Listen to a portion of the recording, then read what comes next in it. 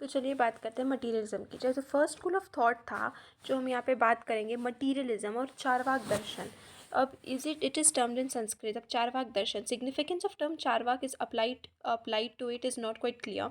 Some say it was originally the name of the disciple to whom the doctrine was first communicated by its founder. More probably, the word is to be understood as the equivalent of sweet-tongued charuvak, which aptly describes the advocates of a doctrine characterized by so much of superficial attractiveness. We have already referred to the Yadrachavad as its possible source and pointed out its distinguishing feature with the abolition of the idea of causality altogether. तो जब हम चारवाक दर्शन की बात करते हैं, चारवाक नाम कैसे पड़ा?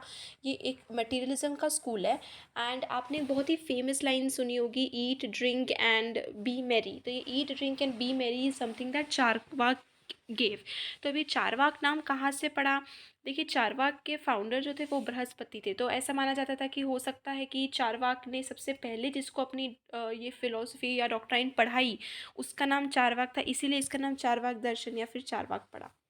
या फिर हो सकता है कि इसका नाम चारूवाक से पड़ा। चारूवाक यानी स्वीट टंग्ड, कि जो मीठा बोलने वाला है। तो यहाँ पर ऑफ कोर्स बहुत सारे लोग जो है, बहुत सारे लेटर फिलोसोफर्स जो है वो इंडियन स्कूल ऑफ मटीरियलिज्म या चारवाक को बहुत ही मतलब सुपरफिशियल मानते हैं। क्योंकि चारवाक का कहना ऐसा था कि ये सब कुछ, कि आफ्टर लाइफ, कर्मा, ये सब एवरीथिंग इज़ रॉन्ग, जस्ट कुछ भी नहीं होता है, मरने के बाद सोल जो है जाके मिल जाती है, just enjoy this present life. Neither the world nor any event that takes place in it has anything beyond accident to account for it. यानी कि चारवाक दर्शन का कहना है कि इस वर्ल्ड के बियॉन्ड कुछ नहीं है। कोई ऐसा नहीं होता है कि मरने के बाद आत्मा इस यहाँ पे जाती है, वहाँ पे जाती है, कोई स्वर्ग, कोई नर, कुछ भी नहीं होता है। तो as indicated by the other name of Lokayata Darshan sometimes, तो कई बार चारवाक को लोकायत दर्शन या लोकायत भी बोला जाता है। There seems to have merge in the svabhava doctrine which also had an empirical basis. अब जैसे कि हम आगे जाके पढ़ेंगे, हम सोफिस्ट और सोक्रेटिस के बारे में भी पढ़ेंगे। तो ग्रीक फिलोसफी में तो जो सोफिस्ट हैं उनको भी बहुत ही बुरी तरीके से, या एक तरीके से लाइक डिस्ट्रॉयर ऑफ फिलोसफी की तरह देखा जाता है। तो उसी तरीके से चारवाक जो है उनको भी एज एन एनिमी ही देखा जाता है इंडियन फिलोसफी में। क्योंकि इंडियन फिलोसफी के जितने भी स्कूल्स हैं वो मटीरियलिज्म और चारवाक के जस्ट ऑपोजिट अपनी फिलोसफी और डॉक्ट्राइन देते हैं। तो it is in this degenerate form that we find the doctrine summarized even by so early an author as Samkar. One does not expect to find any treatise expounding such a doctrine. It is सूत्रों ने ascribed to Brihaspati. तो बृहस्पति को चारवाक के founder माने जाते हैं। तो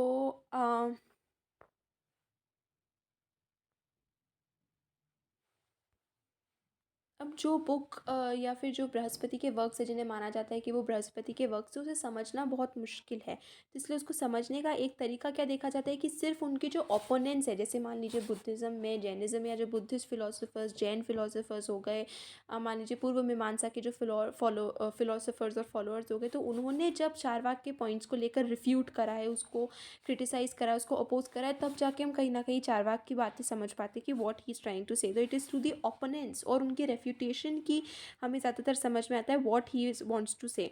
सो they are too meagre to enable us to speak of many details. जो सर्वदर्शन समग्रह है contains a chapter on it, but it is very brief and has nothing to what may be gathered from other sources. यानी कि whatever Charvaka, पहली बात तो many philosophers don't even account it as a philosophy, कि चारवाक की philosophy is not really philosophy, उसको बिल्कुल पूरी तरीके से गलत मानते हैं। बिकॉज जिस तरीके से चारवाक की बातें होती, मतलब जो वो मटीरियलिज्म की बात कहते हैं, तो क्रिटिक्स का अजम्पशन रहता है कि चारवाक ने टोटली रीजनिंग को डिनाउंस कर दिया था as a pramana, but to जज from the reference to it one Nyaya treatise. सो यही मानना है कि चारवाक ने पूरी तरीके से उसको वो कर दिया था एंड रिजेक्ट कर दिया था।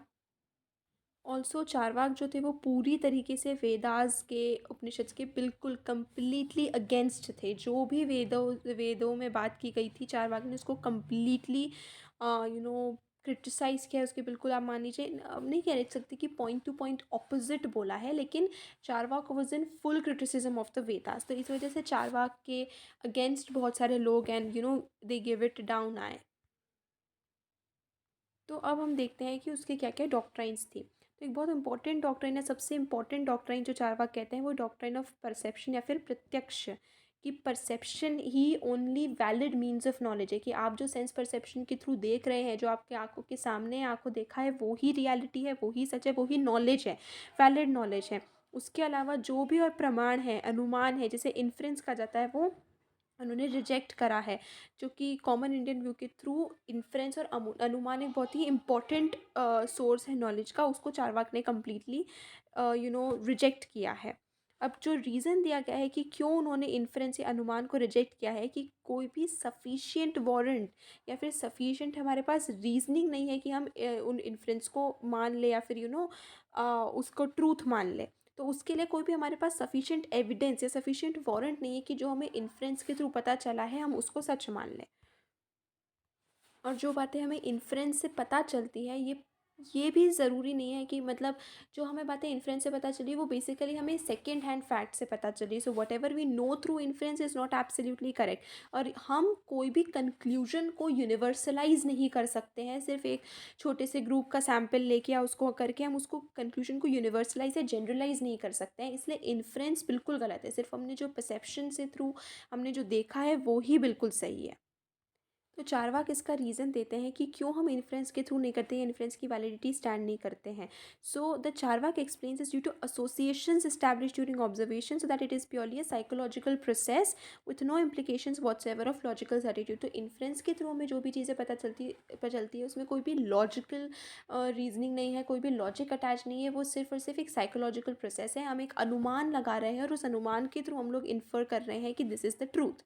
हमारे पास कोई भी लॉजिकल रीज़न, कोई भी रैशनल रीज़न नहीं है उसको हम वैलिड प्रूफ करने के लिए। जैसे कि अगर मैं आपको एक एग्जांपल दूँ तो कि मान लीजिए आफ्टर डेथ अगर बोलते कि आपने अच्छे काम किए तो आप हेवन में जाएंगे। अब ये क्या है, ये इन्फ्रेंस हमने मान लीजिए कि बाकी स्कूल्स जो उन्होंने अनुमान लगाई, इन्फ्रेंस लगाई कि अच्छे काम किए, यानी कि आपने दूसरों को खुशी दी, आपने किसी को दुख नहीं दिया, आपने कोई गलत काम नहीं किया, तो फिर आपको खुद को दुख नहीं मिल सकता, आप खुद को आफ्टर डेथ भी खुशी मिलेगी। तो ये मान लीजिए एक अनुमान लगाया गया, एक इन्फ्रेंस के थ्रू ये ट्रूथ बाहर निकल के आया। लेकिन चारवाक का कहना है कि ये इन्फ्रेंस नहीं है, कोई अनुभव, ये सिर्फ एक गेस वर्क है, सिर्फ एक तुक्का मारा है कि ऐसा कुछ होगा। तो सिर्फ अगर आपने किसी ने अभी तक नहीं देखा है कि डेथ के बाद कोई हेवन होता है, कि डेथ के बाद कोई हेल होता है, तो हम उस चीज़ को नहीं मानेंगे कि कोई हेवन या हेल होता है। सिर्फ जो हमारा आँखों देखा है वो ही सच है, जो हम देख रहे हैं वो ही सच है।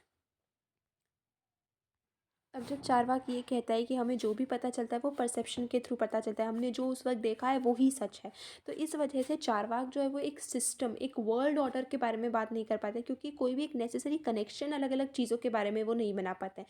सिर्फ जो उस वक्त आंखों से देखा वो ही सच है। अब इसके बाद अगर हम किसी भी तरीके से उसको जनरलाइज करने की कोशिश करेंगे तो वह एक यूनिवर्सलाइजेशन हो जाएगा। कि मान लीजिए कि आपने देखा कि मान लीजिए एक इंसान ने दूसरे इंसान को मारा, एंड फिर थोड़ा आगे जाते ही जिस इंसान ने मान लीजिए राहुल ने जय को मारा, ठीक है, अब आगे जाके राहुल को भी लग जाती है, वो किसी से टकरा कर गिर जाता है। तो यहाँ पर चारवाक व्यू के अकॉर्डिंग आपने जो देखा वो सच है, कि बस राहुल ने जय को मारा एक डिफरेंट चीज़ है, राहुल चोट खाकर गिर गया वो एक डिफरेंट चीज़ है। आप अनुमान नहीं लगा सकते कि क्योंकि राहुल ने जय को मारा इसी वजह से राहुल गिरा और उसे चोट लगी। तो इस वजह से कोई भी एक सिस्टम, एक नेसेसरी रिलेशन, एक वर्ल्ड ऑर्डर फॉर्मुलेट नहीं हो पाता है। तो चारवाक जो है वो किसी भी तरीके से रीज़न को वैलिड नहीं मानता है, कि हमने रीज़न या फिर रैशनल का यूज़ करके अगर हम किसी कंक्लूजन तक पहुँचे तो वो वैलिड नहीं है, क्योंकि जो भी हमने आंखों देखा है, जो हमने परसीव किया है, ओनली परसेप्शन जो है वो सेंस परसेप्शन जो है वो ट्रू नॉलेज है। अब अगर हम देखें तो जो हिंदू थॉट है, कॉमन हिंदू थॉट है, वेदास में, उपनिषद में जो बात करी गई है वो 5 एलिमेंट्स की बात करते हैं, अर्थ वाटर फायर एंड आकाश। अब अर्थ वाटर फायर और एयर जो है, अर्थ water fire air and Akash, earth water fire air जो है उसको तो हम सेंसेस के थ्रू परसीव कर सकते हैं, कि हवा चल रही है, उन्होंने हमें टच किया, हमें ठंडा लगा, गर्म हवा है तो गर्म लगा, फायर है, वाटर है, अर्थ है। लेकिन जो आकाश है, जो स्काई है, वो भाई इन्फ्रेंस हमने निकाला है, उसको हम परसीव नहीं कर सकते सेंसेस के थ्रू, उसको टच नहीं कर सकते, स्मेल नहीं कर सकते, देख नहीं सकते किसी भी तरीके से। तो आकाश एक फिफ्थ एलिमेंट है जिसको हम थ्रू रीजन हम उसको इन्फर करते हैं according to the Hindu thought. So Charvaka जो है वो क्या करता है कि सिर्फ फर्स्ट 4 एलिमेंट्स को एडमिट करता है, लास्ट वाले को वो डिस्कार्ड कर देता है। चारवाक के लिए there are only 4 elements, earth water fire and air, क्योंकि सिर्फ उन चारों को हम परसीव कर सकते हैं, जिसको परसीव नहीं कर सकते, जो कि आकाश है, वो एलिमेंट एग्जिस्ट नहीं करता अकॉर्डिंग टू चारवाक। इसी वजह से चार्वाक क्या करता है, सोल या फिर आत्मन को डिनाई कर देता है कि जब हमने सोल को देखा ही नहीं है, जब हमने आत्मन को देखा ही नहीं, ना हम उसको टच कर सकते हैं, ना उसको हम सेंस कर सकते हैं, देख सकते हैं, स्मेल कर सकते हैं, टेस्ट कर सकते हैं, कुछ भी हम उनके सेंसेस के थ्रू हम सोल को नहीं कर सकते, तो सोल डजेंट एग्जिस्ट, आत्मन कुछ एग्जिस्ट करता ही नहीं है। तो चारवाक के अकॉर्डिंग एक लिविंग बॉडी कैसे बनती है कि जब एलिमेंट्स साथ में आके एक दूसरे के साथ कॉन्कैटिनेट हो जाते हैं, ऐड होकर एक दूसरे के साथ कंबाइन होकर फॉर्म होते हैं, तब जाके एक लिविंग बीइंग बन जाता है। तो Charvaka does not deny a conscious or spiritual principle, he refuse to regard it as ultimate या इंडिपेंडेंट। तो चारवाक ये नहीं कहता कि कोई भी स्पिरिचुअल चीज़, कोई स्पिरिचुअल प्रिंसिपल, कॉन्शियस प्रिंसिपल है ही नहीं, पर वो कहता है कि ये spiritual cheese is not something very ultimate या फिर इंडिपेंडेंट, वो किसी ना किसी पे डिपेंड कर रही है, यानी कि सिर्फ मान लीजिए एलिमेंट्स के साथ में आने से, कॉन्कैटिनेट होने से हम एक लिविंग बीइंग बन रहे हैं, और ना कि कोई सोल या कोई स्पिरिचुअल सी चीज़, अल्टीमेट स्पिरिचुअल चीज़ है जो हमारे मरने के बाद भी जिंदा रहती है। तो it is the property of the physical aggregate of the body and disappears when the latter डिसइंटीग्रेट्स, यानी कि जो हमारी स्पिरिचुअल चीज़ है वो हमारी फिजिकल बॉडी का ही एक हिस्सा है, वो फिजिकल बॉडी का ही एक पार्ट है, या फिजिकल बॉडी की एक कैरेक्टरिस्टिक है। और जैसे ही हम मर जाते हैं, हमारी फिजिकल बॉडी को जला दिया जाता है, तो उसी के साथ साथ वो जो स्पिरिचुअल या जो कॉन्शियस है हमारे अंदर, जो हमें लिविंग बना रही है, जो हमें एक टेबल से या फिर एक चेयर से सेपरेट करी, जिसकी chair and table are non living and humans are living, तो वो सेपरेशन जो है वो फिजिकल बॉडी के साथ आता है। और ये फिजिकल बॉडी जैसे ही खुद खत्म होती है, उसी के साथ साथ वो एक स्पिरिचुअल एलिमेंट जो है वो भी चला जाता है, but it is not something ultimate या इंडिपेंडेंट की फिजिकल बॉडी के मरने के बाद भी वो रहेगा। तो स्पिरिचुअल थिंग या कॉन्शियस जो है that is dependent on the physical body. अब चारवाक यही कहता है कि इसका सबसे सीधा सीधा प्रूफ है कि हम ये स्पिरिचुअल या ये कॉन्शियस सिर्फ तभी देखते हैं जब वो एक बॉडी के अंदर है। जैसे ही हम उसको जला देते हैं, उसको ख़त्म कर देते हैं, वो इंसान मर जाता है, वो स्पिरिचुअल वो चले जाता है, वो कॉन्शियस जो है, वो जो उसको लिविंग बीइंग बना रहा है वो चले जाता है। तो हम कभी भी सोल को अपार्ट फ्रॉम दी बॉडी तो देखते ही नहीं है कि वो इंडिपेंडेंटली एग्जिस्ट कर रहा है। कभी एक आत्मन को, एक ब्राह्मण को हम इंडिपेंडेंटली नहीं देखते अपार्ट फ्रॉम अ बॉडी। तो हम कैसे कह सकते हैं कि ये आत्मन apart from body independently exist करता है even after the death of the body, कि एक बार बॉडी खत्म हो जाती है उसके बाद भी ये आत्मन जो है वो एग्जिस्ट कर रहा है, ये कहना मुश्किल है, क्योंकि हमने कभी भी इसको सेंसेस के थ्रू देखा ही नहीं है। हमेशा सोल जो है वो सिर्फ तभी तक हमको दिखती है जब तक वो इंसान जिंदा है, इंसान के मरने के बाद वो कॉन्शियस गायब हो जाती है। सो कॉन्शियस जो है वो हमारी फिजिकल बॉडी का ही एक कैरेक्टरिस्टिक है, और जो हमारे मरने के बाद जो है वो कॉन्शियस जो है वो ख़त्म हो जाती है। तो यहाँ पे चारवाक क्या कह रहा है कि ये माइंड जो है, हमारी कॉन्शियस भी यही मैटर के ऊपर डिपेंडेंट है, इसलिए इसको स्कूल ऑफ मटीरियलिज्म कहा जाता है, कि इसमें कोई भी स्पिरिचुअल या कोई भी गॉड या उसकी बातें नहीं की जा रही, ये मैटर मटीरियलिज्म की बातें की जा रही है, कि जो हमारा माइंड है, हमारा कॉन्शियसनेस है, ये भी पूरी तरीके से मटीरियल बेस्ड है, मैटर बेस्ड है, और हमारी बॉडी के साथ साथ ये भी खत्म हो जाता है। तो आत्मा कोई स्पिरिचुअल चीज़ नहीं है कि जो हमारी बॉडी के बाद भी जिंदा रहती है, और इसी वजह से, ये मटीरियलिज्म की वजह से ही बहुत सारे इंडियन स्कूल्स जो है वो चारवाक को क्रिटिसाइज़ करते हैं। उसी तरीके से प्लेजर जो है, पेन जो है, ये भी बॉडी के एट्रीब्यूट्स हैं।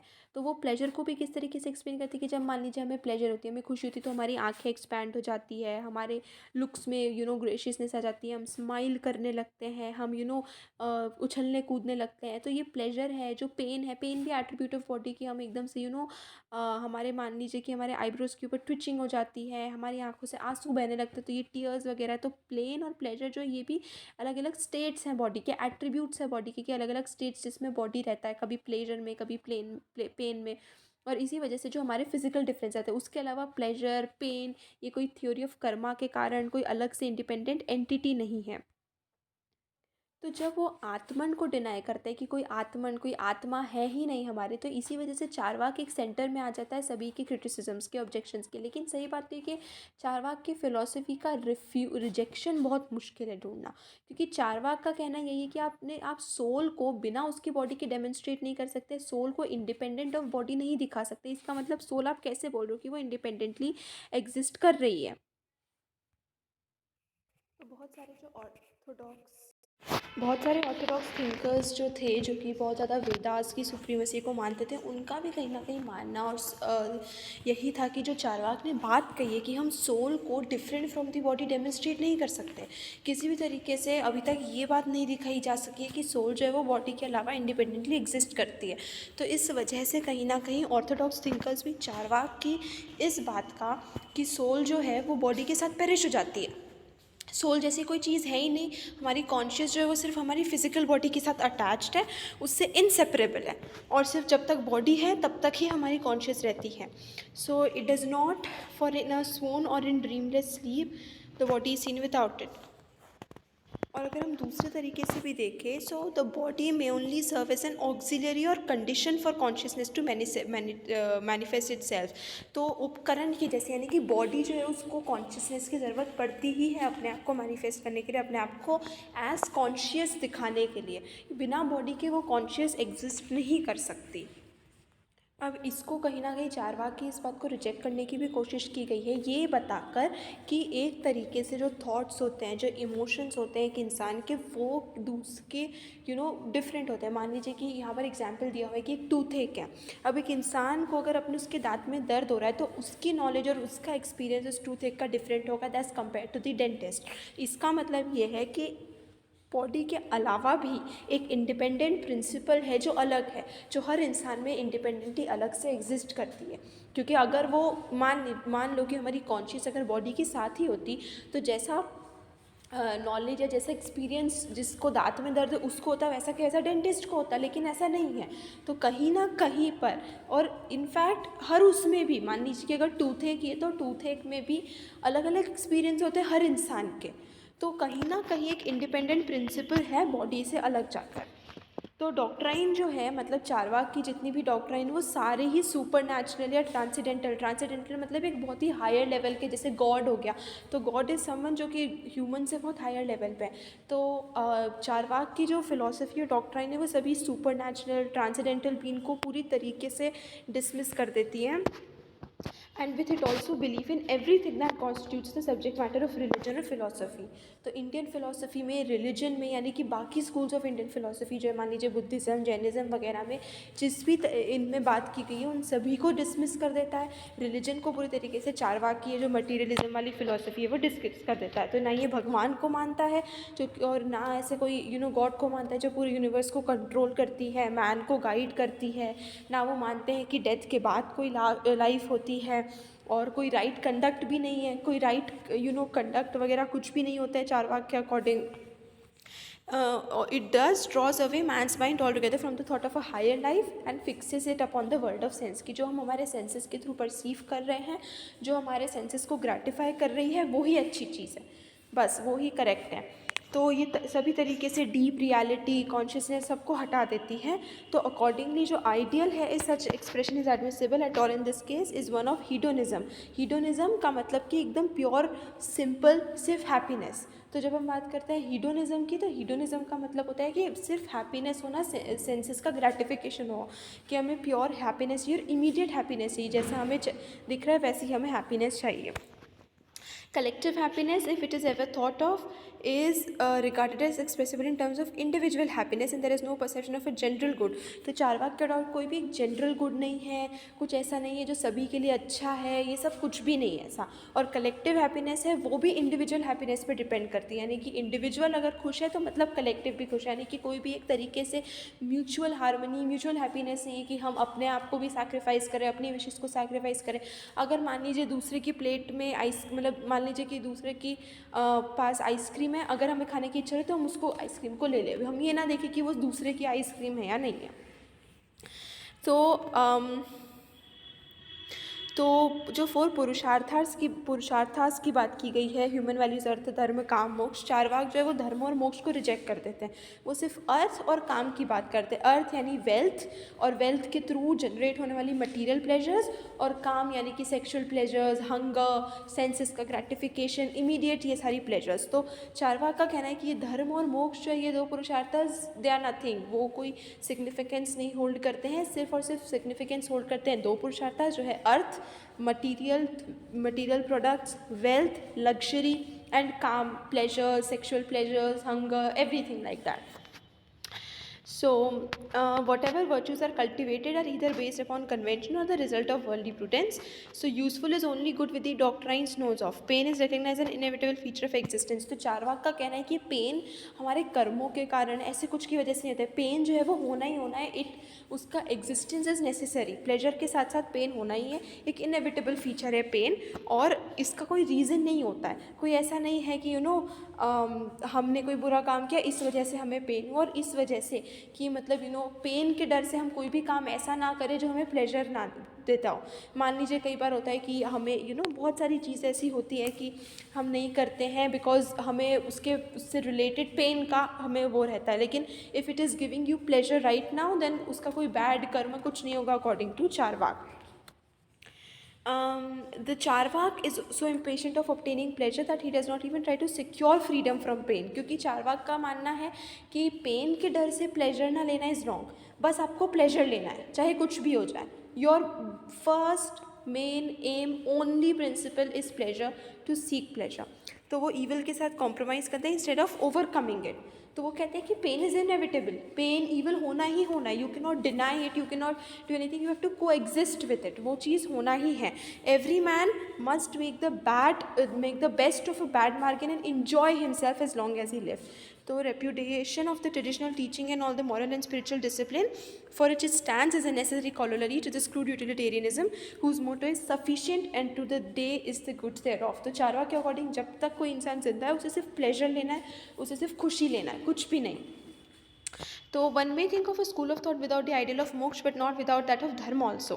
It may be that death is final and nothing remains afterward। तो चारवाक के अकॉर्डिंग कोई मोक्ष नहीं होता है, कोई धर्म नहीं होता है, डेथ के बाद कोई आफ्टर लाइफ नहीं होती है, कोई आत्मा नहीं होती है कि आत्मा जाके मोक्ष चली जाएगी, हेवन चली जाएगी, हेल चली जाएगी, कुछ नहीं होता है। सिर्फ अभी जो आपके सामने है, जो आपको दिख रहा है वो ही प्लेजर है, वो अल्टीमेट प्लेजर है, वो कोई मोह नहीं है, कोई माया नहीं है।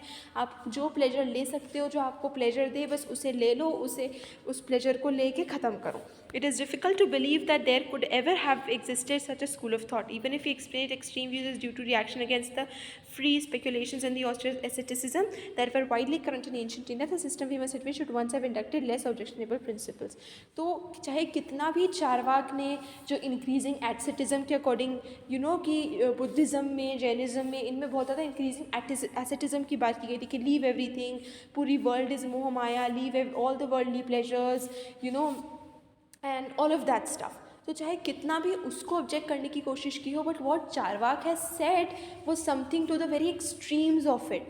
इस वजह से Charvaka was a very targeted philosophy as such. And अगर आप नोटिस भी करेंगे आपको दिखेगा कि मोस्ट ऑफ द केसेस में जो इंडियन फिलोसफर्स हैं, लेटर इंडियन फिलोसफर्स, वो चारवाक को एक स्कूल ही नहीं मानते हैं, उसकी फिलोसफी को अग्री ही नहीं करते हैं। And in their books when ever they right of in their अपने समरीज में जब भी वो इंडियन फिलोसफी की बात करते हैं, they very conveniently leave Charvak, क्योंकि उनके हिसाब से materialism does not exist. Such objectionable things Charvak essayed, या फिर इतनी ज़्यादा चारवाक के अगेंस्ट कभी कभी क्रिटिसिज्म राइज हो जाता है।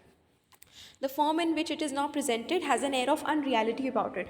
If any proof were required, it is found in its lesson of self-indulgence, which needs not to be taught.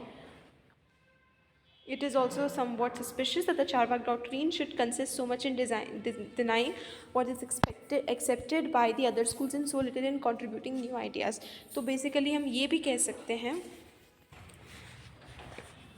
कि चारवाक ने मोस्ट केसेस में खुद की कोई डॉक्ट्राइन नहीं बनाई है और सिर्फ जो बाकी इंडियन स्कूल्स, फिलोसफिकल स्कूल्स ने कहा है उसको डिनाई करा है, कि इसको कम्प्लीटली डिनाई कर दे कि ऐसा कुछ भी नहीं है। तो अगर हम चारवाक की फ़िलोसफी पढ़ेंगे ना, तो उनका खुद का कोई नया हमें वो बहुत कम देखने को मिलता है। हमें ज़्यादातर क्या दिखता है कि whatever has been already said, Charvak ने उसको डिनाई किया है। तो अपने नई प्रिंसिपल्स चारवाक ने ज़्यादा ऐड नहीं किए।